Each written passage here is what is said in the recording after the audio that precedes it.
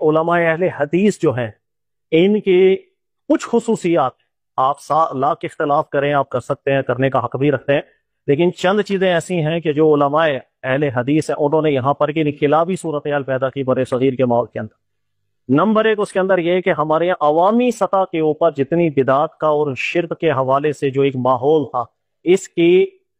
کے اوپر بند باندھنے کے لیے جتنی کاوش ان لوگوں نے کی، اللہ تعالیٰ اس کا اجر انہیں عطا فرمائے۔ کوئی شک نہیں کہ اگر علماء اہل حدیث یا ان کی محنتیں، ان کی کاوشیں نہ ہوتیں تو یہ سلسلہ جتنا مزید بگڑ چکا ہوتا، یہ قابو میں نہ ہے۔ تو یہ کریڈٹ دینا چاہیے کہ ان کے ذریعے سے اور ان کی بھرپور محنت کے ذریعے سے یہ بدعتیں ہیں یا شرکی افعال ہے جو ہمارے یہاں، اس کی روک تھام میں بڑا فائدہ ہوا ہے۔ دوسری چیز علماء اہل حدیث کے حوالے سے میں ذکر کر دوں کہ ایک جسے کہتے ہیں نا تقلیدی ذہن کا خاتمہ، یہ ان کے لیے اللہ تعالیٰ ثواب دے کو مستحق کرے، اس میں کوئی شک نہیں کہ ہمارے یہاں جس انداز کے اندر بر صغیر کے ماحول میں تقلید کا عنصر بیٹھا ہوا تھا اس کو توڑا۔ ہمارے یہاں بدگمانی بھی لوگ اکثر کرتے ہیں نا کہ بھائی وہ یار یہ شاید ابو حنیفہ کو نہیں مانتے، ایسی بات سب کی عزت اور احترام کرتے ہیں، آپ کبھی بیٹھے بات کریں، ملاقات کریں، کتابیں پڑھیں،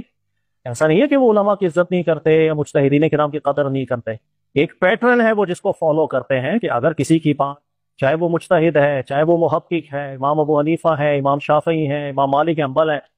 رسول اللہ صلی اللہ علیہ وسلم کے بعد سیکھی بھی بات اگر دلیل میں کمزور نظر آتی ہے تو وہ وہاں جائیں گے جہاں انہیں قرآن و سنت لے کر کے جانا ہوتا ہے، وہ اس عالم کی، اس محقق کی دعا کرتے ہیں اللہ ان کو ثواب دے، لیکن اس کو ہم عمل نہیں کر سکتے، یہ ان کا پیٹرن ہے۔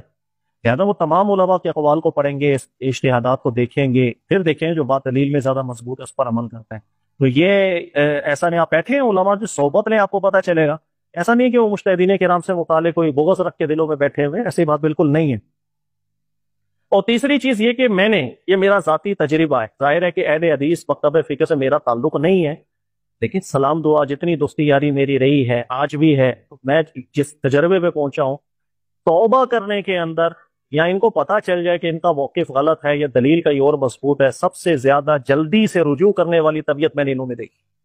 یہ میرا اپنا ذاتی تجربہ ہے، میں 100% لوگوں کی بات نہیں کر رہا ہوں، میں اپنا ذاتی تجربہ آپ کو بیان کر رہا ہوں۔ کہ میرے پاس بھی بہت سے لوگ آتے ہیں، بہت سے فرقوں سے متعلق ہیں، فکروں سے متعلق ہیں، اور کسی فرقے والے کو توبہ کرانا بڑا عذاب ہے، دنیا کا سب سے مشکل کام ہے، وہ نہیں مانتا غلطی، وہ مجال ہے اس کے لیے کہنا کہ آپ غلط ہے۔ لیکن یہ چیز میں نے دیکھی ہے الحمدللہ، اہل حدیث جو فرقے سے لوگ متعلق ہوتے ہیں ان میں بہت بڑی تعداد ایسی ہے کہ آپ ان کے سامنے جب دلائل رکھتے ہیں اور وزن محسوس کریں تو وہ مانتے ہیں، کہتے ہیں ٹھیک بات آپ یا وزن۔ اس چیز کا مجھے بہت تجربہ رہا ہے، یہ چیز مجھے اچھی لگتی ہے کہ فرقہ واریت کے ماحول کے اندر یہ طبیعت سب سے زیادہ یہاں دیکھنے میں ملی ہے۔ اس کے مقابلے میں باقی افکار، باقی فرقے، وہ توبہ کرنا تو ان کے نصیبوں کے اندر شاید لکھا ہی نہیں ہے،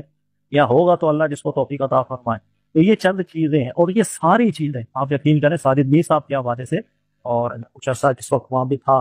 تو یہ میں سنتا تھا، ان کی ذہن کی وسعت ایسی، یہ تربیت ایسے ہی کر رہے ہوتے تھے،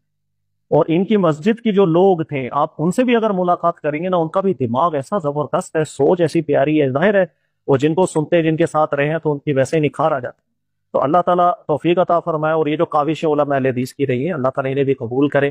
غلطیاں کوتاہیاں سب میں ہوتی ہیں بھائی، ان میں بھی غلطیاں ہیں، باقیوں میں بھی ہیں، ہر بندے کو اصلاح بھی کرنی ہے، لیکن جو چیز تعریف جس پر بنتی ہے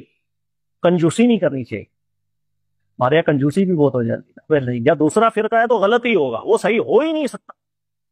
ارے وہ مسلمان ہیں، کلمہ گو ہیں، اور بہت قابل لوگ ہیں، بہت پڑھے لکھے لوگ ہیں، دلائل میں غور و فکر کرنے والے لوگ ہیں،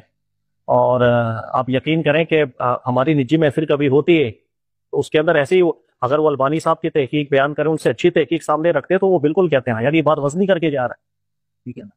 تو اللہ تعالیٰ اجر عطا فرمائے، سبھی ہمارے بھائی ہیں، اور خطائیں بھی ہوتی ہیں، اللہ تعالیٰ اسے بھی درگزر کرے، دل کو وسیع رکھنا چاہیے۔